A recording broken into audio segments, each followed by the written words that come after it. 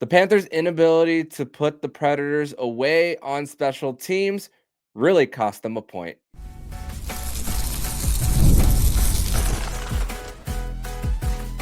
You're Locked On Panthers, your daily podcast on the Florida Panthers. Part of the Locked On Podcast Network, your team every day. And welcome into this Friday, December 5th edition of the Locked On Florida Panthers podcast. We are part of the Locked On Podcast Network, where it is your team every day. Thank you for making the Locked On Florida Panthers podcast your first listen of the day on the nation's #1 sports podcasting network. I'm Armando Velez, the host of the show. You can follow me on X at Monoman12. And sitting in for Nick Fairbanks on this Friday edition of the show, he is from the Hockey Writers, Joey Ganzi. You can follow him on X at Mr_Joester. Today's episode is brought to you by Game Time. Download the Game Time app, create an account, and use code LOCKEDONAHL for $20 off of your first purchase. You can do that all on Game Time. So the Florida Panthers lose to the Nashville Predators by a final score of 2-1 in overtime, where the Florida Panthers got the first goal of the game thanks to Daddy Swaggy, Carter Verhaeghe, coming back in his first game from the paternity leave. Best wishes to him and his wife Casey on their new baby boy Rory. He scores 16 minutes into the game. The Panthers are well in control of this game with only 4 shots allowed in the second period. The Predators kept pushing. There were many opportunities that the Panthers had to put it away, and multiple great stops by Sergei Bobrovsky, but a Ryan O'Reilly goal off a rebound tied the game at 1. And then after the Panthers had a lot of control in the overtime period, Steven Stamkos, who has the second most goals against the Florida Panthers in their team history, right behind Alexander Ovechkin, knocked it into the Panthers net after Gustav Forsling slid into Sergei Bobrovsky and on an imminent scoring opportunity, keyword imminent, which means the goal is good for that one. And the Panthers drop another one. And Joey, it's another drop point for the Florida Panthers. And their last win came against these Nashville Predators just last Monday. And again, 1 point in 8 games, in 1 point out of a possible 8, in this homestand. And like I've mentioned multiple times, this is where you're supposed to build up the points. But the Florida Panthers' inability to score on the power play, and after 6 opportunities, that is my biggest takeaway on the night of how the Florida Panthers got to this result, even though they did get a point. And the moment that goal went in the third period by O'Reilly, I feel like the whole tone shifted. They weren't checking as hard. They weren't getting pucks on net. They weren't getting their great opportunities until overtime started. And they've been doing what they're doing the last couple of nights. They can't hold down a lead. They can't play their style of game. And it's evident that they're missing a lot of their key guys with Barkov and Kachuk out. No doubt. And it's crazy because you look at the type of game that the Florida Panthers played. They kind of really worked well as far as their system. Yeah, they lost the faceoff battle by a good amount in this one, but you talk about how quick they were able to break the puck out. The support was also great. And also this was another game where the Florida Panthers had a good stretch without allowing a shot on goal, where it was 9 minutes and 58 seconds in the first period where they didn't allow a shot by Nashville. I know they got a few on them right before the end of the first period, and then there was those 4 shots in the second period that they had, which it was mostly a penalty filled second period, including a double minor by Nick Blankenberg. And then 2 more penalties that they had. I mean, once the double minors was over, the Predators were back in the box, and the Panthers really controlled the ice there. But I mean, it's just the fact that the Panthers weren't able to get that insurance, and to think that the Panthers in this one had multiple great stops in this one. There was one where Bob was standing absolutely still on one of the shot that went right into his glove. There was the Forsberg, Michigan attempt. There was the review call that the Predators crashed into the net while they in the third period, which ended up being reversed and still got to a 1-0 stayed at a 1-0 lead. And even for shorthanded chances, Anton Lundell was a beast on the PK tonight. So was Sam Bennett on the power play. He was able to get on the inside pretty easily, and how they were able to get those counters. And this has been a very run and gun type of year for the Panthers. There was a lot of those the three on ones, and then countering with the 4-on-1s as well. And the Panthers' inability to solve UC Saros. I mean, UC Saros is one of the a top 5 goaltender in this league, and it was a great battle between 2 goaltenders. But with the Panthers having trouble scoring, which has been the theme all year, again, it's tough whenever you get late into these games and your go-to guy, which again, it's Sam Reinhart. But we also have to consider with Reinhart, outside of games this whole week, he hasn't been on the ice for practices, for optional morning skates. And Brad Marchand, at the beginning of the season, he was on a 57 goal pace. At 37 years old, we're not expecting that from Brad Marchand neither. I knew he was going to slow down somewhat, but this is kind of like the kind of drought that he's kind of on as of right now, as far as the pace he was on earlier in the season. Right. I mean, when I heard they signed him for 6 years, I thought to myself, this is going to age terribly, but it's been the exact opposite. I can honestly say throughout the entire past 3 months, Brad Marchand has been our best player, hands down.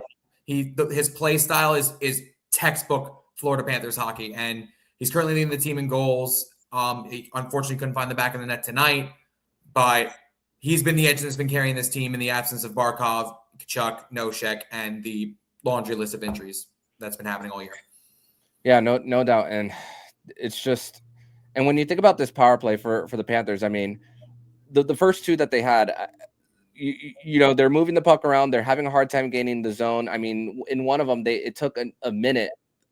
I mean, excuse me, not a whole minute. It took until their second power play unit to get on, and their first and power play 1 was getting a whole bunch of those one and dones. And then the way the Predators were spread out, and as far as like taking away those shooting lanes, when you see when someone's like a left-handed shot and then flipping over to their backhand, clearing blocking off those passing lanes on the inside, and then getting it back to the point where if the Panthers were to work it from the half walls to the point, that those pucks are getting deflected out of the zone, and the Panthers constantly had to reset. I did really think, though, that when the double minor did hit, I thought Jesper Boqvist was probably one of the best players on the ice for the Panthers during that double minor stretch where Anton Lundell did go to the locker room for the Panthers after that. But hey, Carter Verhaeghe continued to let it fly as well. And once again, they were crashing in that. But again, UC Saros was just a brick wall for the Panthers. He was looking like Pecorine back there, man. Thought Pecorine was back there. Hey, he is in fact Pecorine's successor after all. And then you talk about the different opportunities off the rare breakaways for the Panthers. AJ Greer comes off the bench, and then he tries to go 5-hole on UC Saros, and then goes on the follow as well. And then you think about and also you think about how long this game was. The fact that the Panthers are struggling to score, and this game took over 3 hours, obviously with the amount of penalties that were called. One of them was a very embarrassing embellishment by Fedor Sveshkov, and then the Brady Shea one was just like yikes whenever it came to Brad Marchand bumping him for that interference call. But I thought it was just a simple quick play. I don't know what's going on there. Yeah, I thought so as well. But also, when you look at when you talk about a team that has a lot of mileage on them, and then a game like this takes as long as it did, you can understand why the Florida Panthers don't have their legs under them to get that extra goal. Right. I mean, I've been saying it to everyone I know. Everyone that talks hockey. No team has played more games in the NHL over the last 3 seasons than the Florida Panthers. You see with their laundry list of injuries. You see with the way they've been playing the last month and a half. It catches up to you. And you're seeing it, like I said, right in the face. But I will say, 10 shots on goal in all 6 power plays, and they couldn't find the back of the net. I'm sorry. I don't care if you're one of the worst teams in the NHL. That is inexcusable. That's borderline embarrassing. You need to find the back of net, especially on a double minor. Yeah, no doubt, and a whole bunch of zone time. And hey, I could also discuss the 2.5 minutes of zone time that they had of puck control, not zone time necessarily because they regrouped in a neutral zone, but puck possession in overtime, where the Predators didn't really touch the puck really, and they were unable to score as well.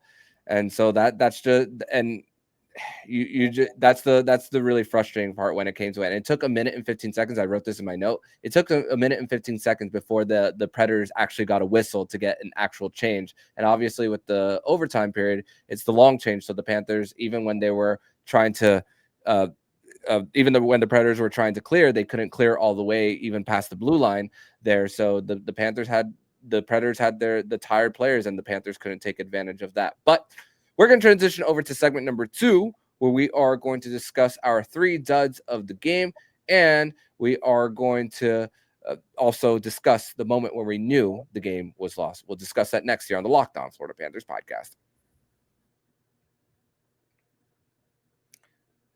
Today's episode is brought to you by Game Time. And the World Cup is coming back to North America for the first time since 1994. And with 48 teams for the first time ever, it's going to be massive. But let's be honest, getting tickets is usually the hardest part. That's why the Game Time app is clutch, finally giving fans a real advantage when it comes to snagging seats. With Game Time, you can track prices down in real time, get alerts with great seats open, and buy tickets the moment they hit the app. It puts the power back in your hands and makes going to the World Cup realistic instead of impossible. You pull up the app, the layout makes it so simple to scroll through the matchups and compare seat views. Price include fees up front, which I love. No last minute surprises at checkout. Take the guesswork out of buying World Cup tickets for every match, concert, or event with Game Time. Download the Game Time app, create an account, and use code LOCKEDONNHL for $20 off of your first purchase. Terms apply. Again, download the app, make an account, and use code LOCKEDONNHL for $20 off. Swipe, tap, ticket, go, Game Time. Segment number 2 here on this Friday, December 5th edition of the Locked On Florida Panthers podcast. Thank you once again for making the Locked On Florida Panthers podcast your first listen of the day on the nation's #1 sports podcasting network, the Locked On Podcast Network, your team every day. Armando Velez here with Joey Ganzi of the Hockey Writers, here to break down the Florida Panthers 2-1 overtime loss against the Nashville Predators at home, where now it's 5 straight losses at home and 1 point out of 8 on this homestand. And it was on Florida night. And I want to give a special shout out to Cassie Cavello of Chick in the Stands for actually giving me the inspiration to wear this reverse retro jersey on the night to put as far as the Florida theme here. But it's a Florida Panthers loss, which means that we are going to discuss our 3 duds of the game, and then the moment when we knew the game was lost. And I got something to say when we get to the second part of this segment, but for the 3 duds, I'm gonna go with the Panthers power play for the Panthers, just inability to score. Second dud of the game is going to be Brad Marchand. A good amount of turnovers for the Mr. Rat there, for the Cats there, and just not being able to get the second or third chances. And honestly, a lot of space open in overtime, and just a flat out miss on the backhand opportunity that he had on UC Saros there, and just wasn't able to hit the net. And then number 1 dud for me is Gustav Forsling, sliding into his own goaltender, and then which resulted in the Steven Stamkos shot that Sergei Bobrovsky had no chance on, with the net dislodged. And the rule does say, once again, with the imminent scoring opportunity, if a defensive team knocks their own net, the referees can't allow play to continue. It's crazy, Joey. This happened to Nashville a few weeks ago against Minnesota, but I thought that call was more controversial because they shot at the net and there was a handle, and then Minnesota knocked it in. This, in my opinion, was not controversial at all when you read the rule book of what it is. But Gustav Forsling is my number 1 dud. I'll give the floor to you on your duds of the game for this one. Number 3, while he was terrible, I wouldn't put him as number 1, but I put him as number 3. Gustav Forsling, obviously having that atrocious turnover to end up losing the game. Unfortunately, sometimes you'll lose your balance, especially in the heat of the moment like that. But regardless, in a big game like that where you're in overtime, you cannot have those opportunities. On top of that, 2 penalty minutes takes granted, it was a controversial call. Yes. But you cannot take a bad penalty like that and give your opponent a chance to tie the game. On top of that, he was a -1 tonight through 23, nearly 24 minutes time on ice. So my number 3 is that. Number 2, gotta go with that's a tough one. I gotta go with the fourth line. The fourth line, I feel like, was coughing up the puck a lot, especially near the end of the game, and ultimately it cost them. Every single player on that line, Studnicka, Gregor, Kunin, all negative, all -1. And I understand it's a fourth line, it's more of a gritty type, but in a 1-0 game, you cannot let that happen. Mm-hmm. You cannot let that happen, especially against, with no disrespect to the Preds, a team like Nashville that has been struggling immensely for the last couple of years. And the number 1 dud, Panthers power play. I said it before. 10 shots on goal through 6 different opportunities, including a 4-minute double minor. I understand they have their looks. I understand they have the chances. But you cannot have 6 power play chances and fail to find the back of the net at least once. That's inexcusable. That's borderline embarrassing. And with the talent this roster has, Maurice is probably giving an earful right now as far as I'm concerned. I hope he is. Yeah, and for this power play, I remember there was this one opportunity that Sam Reinhart had that he just had a little bit of hesitation whenever it came to shooting from the bumper position, and then just worked it down low to the goal line instead there. And I'm just thinking, man, and there was also one opportunity where there was like a little 2-on-1 between Evan Rodriguez and Sam Reinhart, and he chose to pass it instead of shoot it there. When from the TV angle, it didn't look like that Evan Rodriguez. It looked like that Evan Rodriguez had a good shooting lane as well. But also Evan Rodriguez, I thought that there was this one shift that I really liked from him, as far as there was 2, as I mentioned, the trading chances as far as like counterattacks. And there was one shift where Evan Rodriguez was the one to break up the puck when the Predators broke it into the zone, and then the Panthers were able to clear it right away. But I will also give an honorable mention to Aaron Ekblad as far as a dud, because the Ryan O'Reilly goal, I know that Gustav Forsling ended up getting boxed out on the initial redirection from O'Reilly, but Aaron Ekblad trying to go towards Michael Bunting allowed the net front to be cleared there, and where Ryan O'Reilly was already ahead, that could have been Aaron Ekblad with his obviously with him being a right-handed shot, to at least sweep the puck towards the half wall and allow the Panthers to at least go to battle even more for them. So that's all. I also wanted to give a little bit of a mention there as far as that. And the moment where we knew the game was lost, I will admit, I was not preparing for 3 duds and moment where the game was lost. I was preparing for 3 stars and the moment where we knew the game was won. I was mentally prepared. I thought this was going to be kind of like, not similarly to the New Jersey game, because these had 2 completely different game scripts. That game flowed by real fast, and there were not a lot of whistles, while this one was.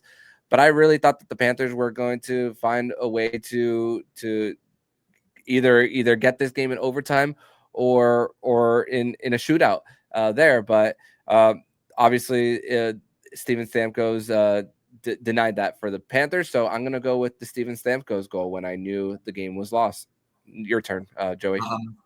I got 2 that are kind of bad in my head, but one kind of stuck out to me. Originally, I was going to say when they tied this game, obviously Ryan O'Reilly put the whole team on his back and decided to get the game tied. And I just feel like they kind of took over from there. But one thing I kind of noticed was after the disallowed goal that would have been tied, Nashville just started smelling blood in the water, and they just kept attacking.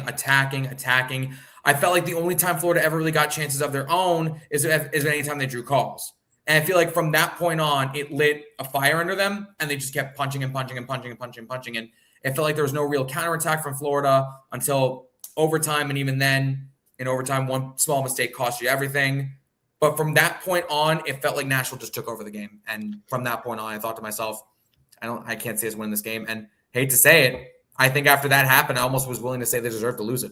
Because I hate to say it, but when you're up 1-0 for most of the game and you're allowing, golden opportunities for the opposition, eventually something would break. Exactly. I'm sorry, but you deserve to lose that game. Yeah. And Sergei Bobrovsky, after that disallowed goal, which ended up the right call. I'm so glad we had the TV angle to show that there was no white when the puck was right there. He had the glove on the right place. Just outstanding goalie instincts. And these last 2 games, Sergei Bobrovsky has looked pretty sharp, which I'm glad that he is not on our duds, and he wasn't on our duds for last game. But you mentioned it. The Preds kind of took over after that.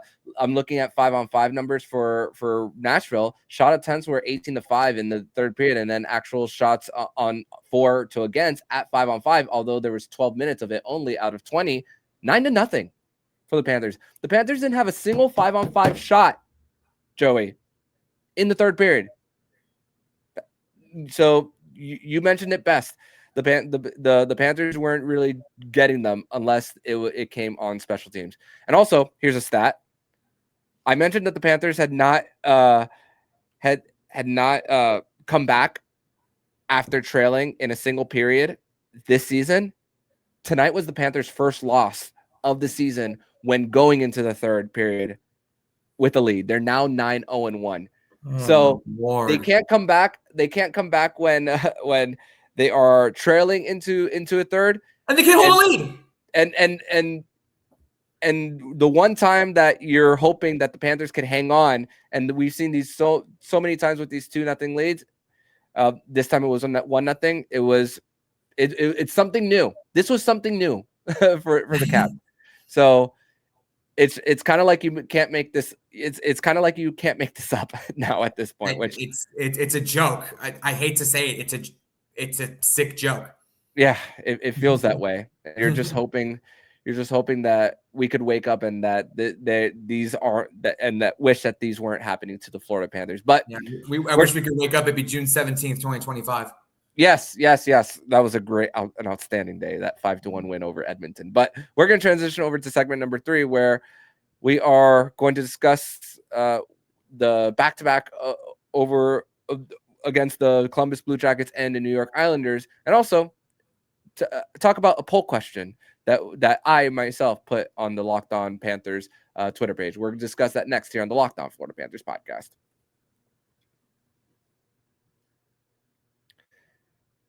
Today's episode is brought to you by Monarch. And the holidays are amazing, but they can be a little overwhelming fast. Travel, gift, parties, year-end expenses. It's really easy to lose track of your money this time of year. That's exactly why Monarch has become such a game changer for me. If you want to keep your finances under control this holiday season, you need to be using Monarch. Rated Wall Street Journal's best budgeting app of 2025. Monarch is an all-in-one personal finance tool that brings your entire financial life together, all in one clean, easy-to-use interface and a simple dashboard. The holiday spending category can become a lifesaver. You can see exactly what's left in your gift and travel budget in real time. Monarch makes money check-ins simple. Just a minute or two each week, and you're completely up to speed. Don't let financial opportunities slip through the cracks. Use code LOCKEDONHL at monarch.com. in your browser for half off of your first year. That's 50% off of your first year at monarch.com with code LOCKEDON NHL.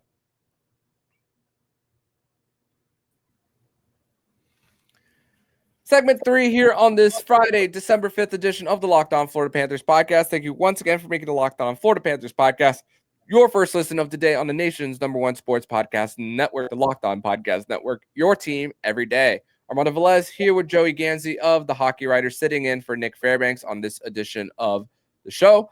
And I put out a poll question, and I structured these answers the way I did for a reason. And the question asked, at least they got a point, ? And the answer choices were number 1 was sure. The other one was stop that. They lost. It's funny because prior to recording, Joey, the answers were 61% in favor of stop that they lost. But ever since that, now we have 49 votes on the poll. It's 51-49 in favor of stop that they lost. So it's that close. I'm honestly a little shocked. I mean, yeah. I mean, I get it. I will say in some cases, it's very, very hard to be mad at this team.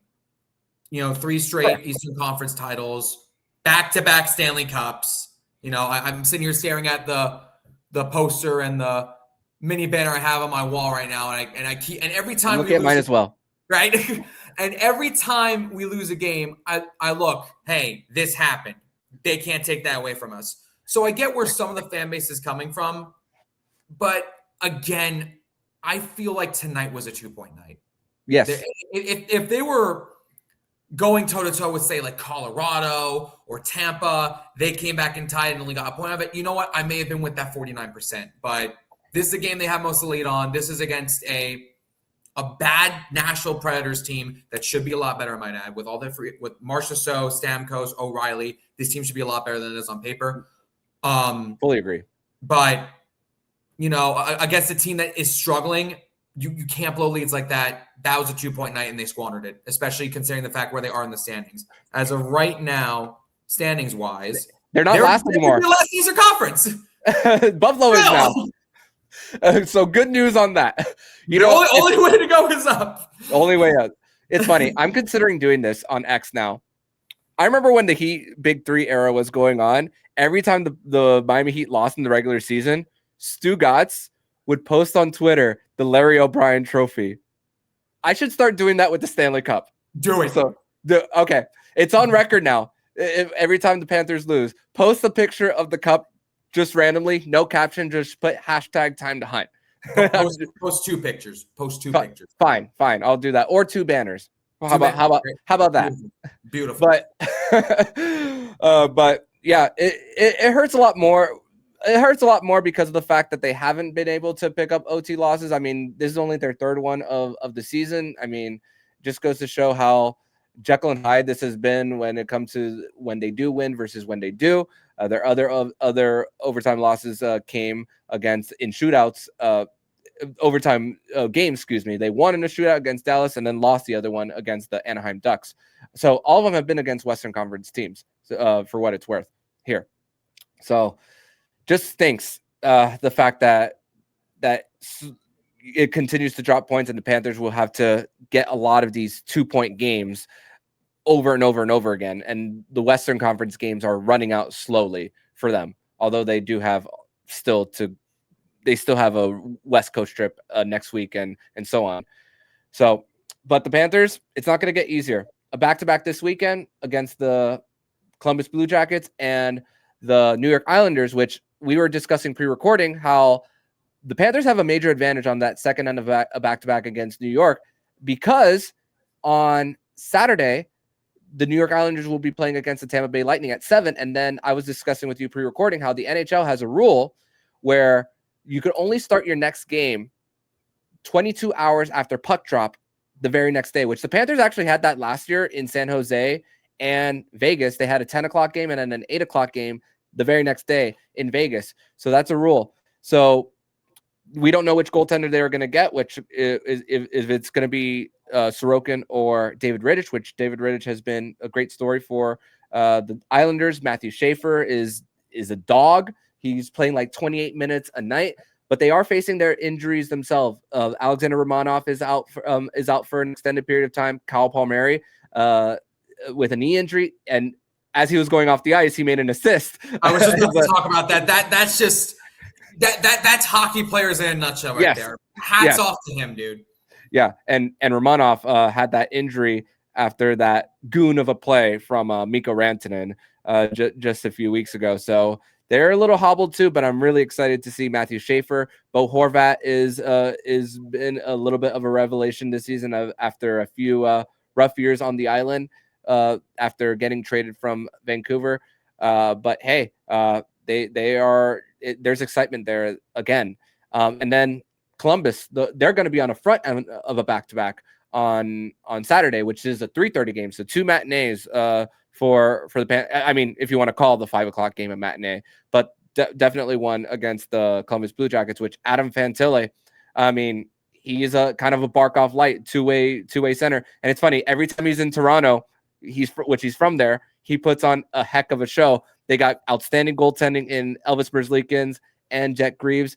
And one trade that has worked out for them is actually helping out Colorado a bit, clear up some cap space in the Charlie Coyle trade, which costed them Gavin Brindley, Southwest Florida native Gavin Brindley from the Florida Alliance AAA program. But Charlie Coyle has been also a great story for the Columbus Blue Jackets there, as far as like helping them at least string up some wins. So, and Zach Werenski, if he didn't live in an era where there was Cale Makar, Roman Josi, he'd be probably a Norris winner. So 2 tough matchups for the Florida Panthers in order to bounce back and at least salvage part of this homestand. Yeah, it's not going to be easy, especially against Columbus. You can't take any opponent lightly in the NHL. For Columbus, they have points in 9 of their last 10 games, and yikes! Yeah, that's scary. And they I don't know what the final score was. I'll double check. They just went into a shootout, or they won. They beat the Red Wings 6-5 in a shootout. They're taking down. Last time I checked, Patrick Kane scored a goal that was had them leading. Okay. So I hadn't checked since then, but yeah, they ended up winning. Yeah, they won in a shootout 6-5, and the Red Wings are really been on the up and up as of late, and Columbus just took them down. So again, you can't take them lightly. And going back to the Islanders, they just snapped a 17-game point streak and handed the Colorado Avalanche their second. Can you believe that? Second regulation loss of the season. Even though the standings could say otherwise, there is no such thing as an easy opponent in the NHL. I mean, like I said, they just lost to Nashville, and then the week before they lost to Calgary. So they have to just go and get back to their style of game, maybe even get back to basics, get pucks deep, and just try to come back on Saturday night and get it done. Yeah, and the Panthers are going to see the Avalanche very soon, and it's going to be a nationally televised game next Thursday. So, and the Panthers will be on a second end of a back-to-back, and that's we have plenty of time before we get to that game. But again, I mean, the Islanders also put 42 shots on the night to Colorado's 38. So wow, holy crap! 8 total shots between the two teams in a regulation game, mind you. So the goalie tandem of Scott Wedgwood and Mackenzie Blackwood, even though Wedgwood has gotten most of the starts, has been outstanding. But we'll see how the Panthers fare. But like I said, advantage with the start time against the Islanders, which hopefully we will see some tired legs. So I'm going to assume that Danil Tarasov will get the front end of a back-to-back facing up against his former team. And then Sergei Bobrovsky will be getting the start against the New York Islanders on Sunday. So that is my prediction. Obviously, we could see something different, but hopefully it's the Panthers coming back. I mean, I could also see Bobrovsky starting Saturday too. I mean, yeah, that's also a former team. They lost that too, but they lost, sure. But Bobrovsky hasn't been looking too bad his last couple of nights. I mean, yeah. So I'd say despite them only losing 2-1, I'd say ride the hot hand, see how that goes, and have Tarasov go between the pipes on the 7th. Yeah, we will see, and doubt that the Panthers will have practice tomorrow after a back-to-back with a back-to-back approaching, but we'll see when the Panthers will what will happen in between the pipes, which Paul Maurice will discuss 2.5 hours before puck drop. So expect something around like 1:00 when Paul Maurice does discuss who will be in net for the Cats. But Joey, I want to thank you so much for joining me and pinch hitting for Nick Fairbanks here on the Locked On Florida Panthers podcast. Tell everybody where they can follow you and your work online, my friend. Yes. So if you guys I would love and greatly appreciate, follow me at Mr_Joser on X or Twitter, whatever you want to call it. I'm currently still on the website, The Hockey Writers. I try to post a piece every week, but not just me. We post content every single day, Sunday to Saturday, 24/7, 365, covering all 32 teams, especially the Worlds and the AHL. So if you are interested in anything like that, a deep dive into a lot of prospects, deep dive into history, Please check us out, the Hockey Writers. Your clicks and your views are greatly appreciated. Awesome. Thank you so much, Joey, and see you again soon, hopefully. Looking forward to it, my friend. And if you like what you're hearing, please subscribe to the podcast to be notified every single time the Locked On Florida Panthers podcast jumps into your podcast feed. Don't forget to also subscribe to the other shows on Locked On NHL Network, including Locked On NHL, Locked On Fantasy Hockey, Flip Livingstone and Stu Roden, and Locked On NHL Prospects. Thank you once again for making the Locked On Florida Panthers podcast your first listen of the day. So Armando Velez with Joey Ganzi. And you've been listening to Locked On Florida Panthers podcast, part of Locked On Podcast Network. We're your team every day.